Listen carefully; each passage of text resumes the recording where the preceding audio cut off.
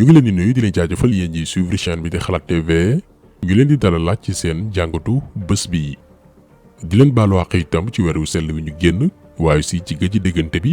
jàmm ak salaam la woon di leen ci baalu àq bu baax a baax. diggante bi nag bari na lu fi am ci wàllum actualité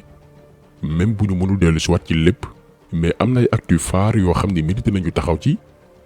benn mooy dossier Sweet Beauté ak li ci beesaat muy teewlu gi ñu teewlu docteur bi ko defaraloon certificat médical muy Adji Sarr ci kanamu doyen des juges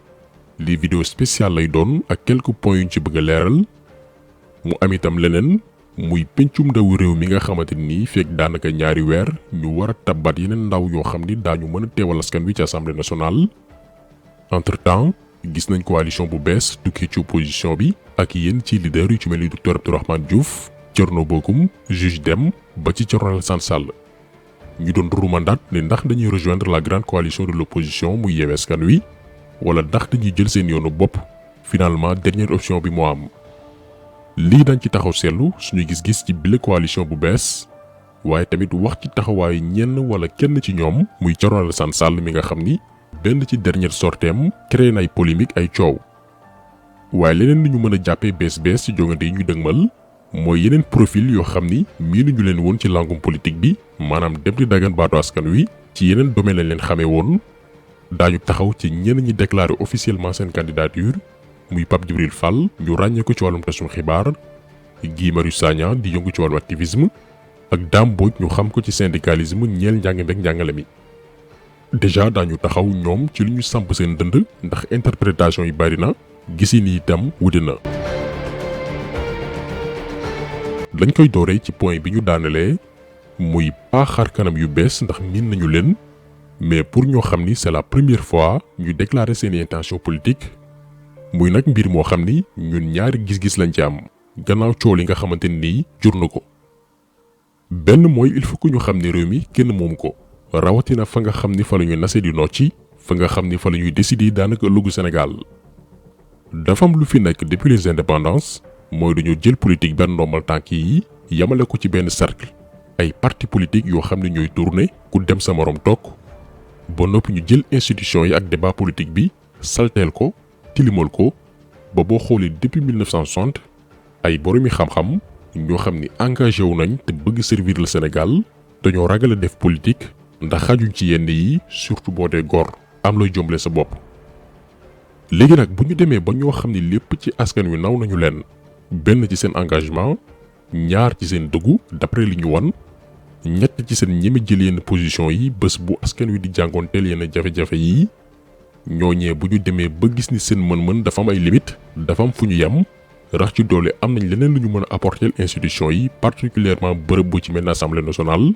ñun dañu gëm ni lu baax la. tey am benn Pape Djibril Fall boo xam ne ëllëg buñ naree voté budget assemblée nationale dina taxaw am ci gis-gis bu mën a soppi mbir yi moo ñu gënal député yi nga xam ne daanaka xamuñ luy voté budget ak fan la ñu war a dugal seen xaalis. am benn Guy Marius Sagna boo xam ne bu projet de loi naree jàll assemblée nationale te nar a faagaagal suñu réew dina taxaw xar ci tànk tubayam moo ñu gënal député yi nga xam ne nee nañ benn kilifa la ñuy tarbiyu lu mu indi la ñuy voté xooluñ baax na am déet. am benn dàmbooj bi nga xam ne mi ngi ci biir système éducatif bi te tey lépp lu ko métti ci njàng mi amaludul télé ak rajo yi te maana sax du saafarawu kookee teew assemblée nationale moo ñu gënal député yi nga xam ne suñu éducation xale yi intéressé wu leen. maanaam mbir mi question de choix la tànneef entre continuer ak assemblée nationale bii nga xam ne romb na médiocre ak doyadi ak une assemblée de rupture assemblée bu bees ak ay xarkanam yoo xam ne rafet nañ jot ci ñoom. ngir ñu am pincum ndaw réew moo xam ni dafay dëppook suñuy bëgg-bëgg ak ñoo xam ni au moins weg nañu leen ñoo xam ne yàgg nañu leen gis ci kanam askan wi. léegi nag ñaareelu gis-gis bi ñu am ci xar kanam yu bees yi yàgg wax li soxla askan wi te tey ñu décider sóobu ci langum politique bi mooy mu bañ a nekk benn vague benn étape buy pousser mbooleem ñi ne dañuy wax ngir askan wi surtout nag ñi nga xam ne dañu buruxlu dañuy mbubboo combat yi. ñooñee dem na ñoom itam dañuy politique ngir occuper les pouvoirs su ko defee ñu bàyyi terrain revendication yi alors que réew dafa soxla ñuy gérer am itam ñuy surveiller di xool di ci joxe seen xalaat ngir mbir yi jëm kanam ndax tendance boobu noonu la ñu nemmeeku woon en 2012 gannaaw ba Macky Sall faloo te wolof dafa naan ku ndóobin ray sa maam foo gisee lu ñuul daaw Macky ba mu faloo en 2012 dafa dem jëli mbooleem yu doon wër ci plateau télévision yi di kaas doon xeex nguuru Maître Wade. Macky dem na ba jël liveur bi dàkkoon saaga te nekkoon birim réew jamonoy Maître Wade muy Souleymane Jules Diop jox ko ndomal tànk. waa ji ba mu ñibbisee woon Sénégal da doon jooy ndax gëmewu ko woon. benn kuréel moo bañoon jamono yooyu ne ñoom soxlawuñu ndombal tànk muy mouvement Y'en a marre ndax Macky proposé woon na leen ay poste ñu ne ñoom dañuy féete ci côté askan wi. tey ñoo ngi ci ñaari weer avant falum député yi 1 an et quelques mois avant élection présidentielle yu 2024 ak nguur goo xam ne ci tànki nërmil la toll maanaam am nañ yaakaar changement am waaye changement boobee nag naam soxla nañ ci yenn profil yi yàgg teewal askan wi mais du activiste yëpp du journaliste yëpp du itam syndicaliste yëpp war a bàbbeeku dem naan dañuy dooni député mbaa beneen xeetu ndombal tànk réew dafa soxla équilibre bu ñii di doxal ñi leen di teg bët di jubbanti di fàttali ne yéen fi dégg woon lii yoon wii ngeen jël baaxul waxoo leen ñu woon lii ndax pouvoir dafa doy waar mën naa soppi nit. am nag ñu jàkkaarloog yow doon ay lanceur d'alerte di la delloo si bu dee da ngaa ne ci tànk jàdd yoon boo dëgëree bopp ñu vaar la ne la yaa fi waxoon nangam lii mooy defar réew ndax dafay tax ku ci nekk bañ a def lu ko neex nañ ci bàyyi xel. ba tey ci élection législative yi ñu dëgmal mu am si beneen coalition bu bees ci opposition bi jamono gi ñu bari doon xaar booloowu mbooleem opposant ngir jël assemblée nationale ci loxoy nguur gi fi nekk. d'ailleurs xam naa moo tax ñu bari am déception ndax finalement booloo boobee du am. ci côté boobu nag dañoo war a xam ni ci wàllum politique ñëpp mënuñoo ànd. dafa am lu bari lu joué ci coalition muy wàllum affinité d'abord ki nga yemoo gis-gis ba noppi dëgguk moom ngeen yéeneente jàmm tamit. waaye aussi seeni militants ki seeni sympathisants xaw a neexoo te lii wax dëgg fa yàlla boo ko xoolee tey ci position bu Sénégal amul. bu njëkk guerre froide lañ doon def seen biir di maslaa mais léegi ci jàmmaarlu dëgg lañu nekk ba tax na ku nekk jël sa yoonu bopp moo gën ne serait-ce que pour noppal sénégalais yi ci yenn débat ak waxtaan yi nga xam ni du mujj fenn déggu du mës a am. donc coalition bi ñoom Thierno Alassane Sall docteur Abdourahmane Diouf ak Thierno Bocoum taxawal. démocratiquement lu am solo la déjà dina permettre ëllëg ku bëgg a voter l'opposition bi maanaam yow da ngaa contre pouvoir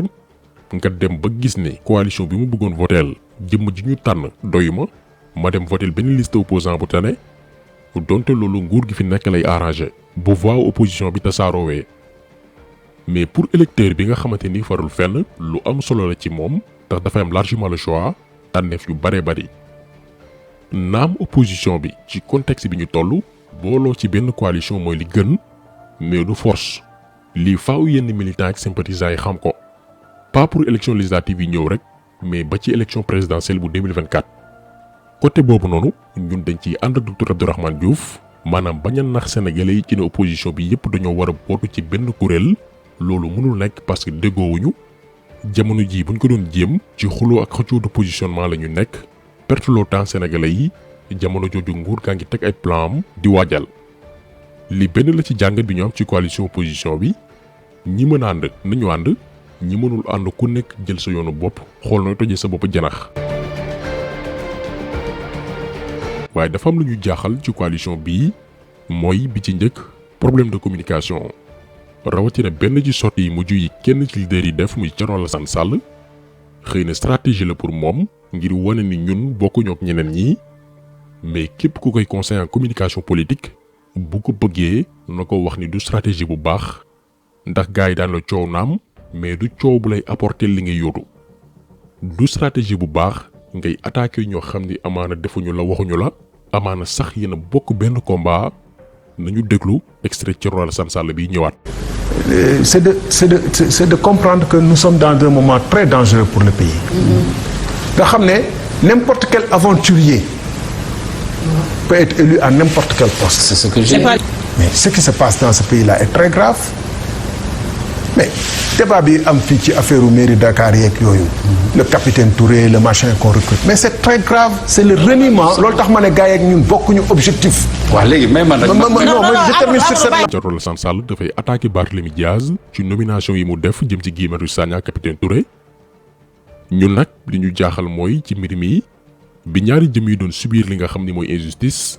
nguur di teg seen kaw yu métti métti ngir xooxatal leen dàqulu leen ci seen bërëbu liggéeyukaay loo xam ni du dëgg du yoon imaginel xale bu ndaw bu ci mel ne capitaine Touré ñu daldi koy dàq yàq carrière am ndax lan dafa lànk ni bokkul ci complot keneen jël ko ngir muy jàngale mën ci yor njabootam gouvernement bi taxawaat ne nañ ko dàq na torox bu mu tekki dara ci réew mi bi li lépp di xew nag Thierno Alassane Sall dafa décider maandu ci kenn wax ko dara ndax droit am la ku ne sañ nga maandu mais as mbir boo ci maandoo dañ ciy maandu jusqu'au bout maanaam du ma wax ci ñii te duma ci wax baabadan mais ba ñuy teg seen kaw lu métti métti waxoo dañ ci maandu mais bàyyi ba sa beneen naataango politicien réparer injustice boobu noonu ñu leen tegoon tooññat bi tooñ bi ñu leen tooñoon et puis nommé wu leen ay nomination yaa ma neex daf leen nommé selon ñoom seeni compétence li ñu jàng muy wàllum kaaraange ak social Thierno Alassane Sall di soog a génn di leen xas ne lu tax ñu leen di insérer ñun lii ba tey daf ñu def kaa daf ñu dépassé dafa jaxase suñu bopp yi ci koo xamante ni dañoo defoon ci moom vidéo ay weer ci ginnaaw biñ ko doon tuumaal naan dafa violer secret d'état ñu defoon ci vidéo ni violé wul benn secret d'état waa ji dafa am ay valeurs yu nekk ci moom vidéo bi ba tey mi ngi disponible ci chaîne bi maanaam li Thierno Alassane Sall doon bañ ci nguuru Macky Sall ba démissionné loolu la Guy Marius Sagna capitaine Touré doon bañ ñoom aussi ba ñu xooxatal leen te li ñu gën a jaaxal mooy Thierno Alassane Sall bu muy wax da ngay sentir benn mépris maanaam ku ñu rayal sa taw dem na ba leen di traité ay aventurier ay taxawaalukat yu amul paltamuñu place te moom xam ne ni ñooñu Macky moo leen yóbbu chômage ba ñuy wër di taxawaalu mais jàng nañ fa ñu war a jàngee ñu former leen dans de bonnes écoles ba ñu am métier nguur ñëw daal di briser seen carrière te musul ñaawlu loolu dem na bay traité kenn de machin ku tekkiwul dara. nga xam ne n'importe quel aventurier peut être élu à n'importe quel poste. C'est ce que débat bi am fii ci affaire u mairie Dakar yeeg yooyu. le capitaine Touré le machin qu'on recrute. mais c'est très grave c'est le reniement. loolu tax ma ne gars yeeg ñun bokkuñu objectif. te ñooñu defuñ waxuñ sàccuñ xaalis Sénégal saagawuñu teguñu ci deru kenn lu ñaaw te yaakaar na ni fi jamono tollu tey fi Sénégal toll kuy acharné wu na nga acharné wu ci ñi nga xam ne ñooy sàcc yi ñi nga xam ne ñoo détourné milliards sénégalais yi pour ñun ñooñu ñoo mérité jéebaane bu dee nag nii la nar a opposé woo lii conseil buñ koy jox la képp ku ànd ak moom dina métti lool ci moom ak coalition am ndax ci sorteem ñun dañoo sentir benn rancune benn mbañal ak xeepaayu doomi aadama jikko yoo xamante ni ci Macky Sall la ñu taamu di ko gis te lii dafay dundaloo ñi nga xam ni amoon nañ ci moom tuuti estime ak respect donc yoon bi mu nekk di jël muy nekkoo ci nguur wëlbatiku di attaqué ci opposition bi ñoo xamante ni defuñ la waxuñ la lii du stratégie bu baax ku ko bëgg na ko wax dëgg bii. kon tax solo bi tey loolu la woon ñu ngi leen di gërëm di leen jaajëfal di leen di daje incha allah beneen yoon ci beneen jàngat jaa ngeen jëf.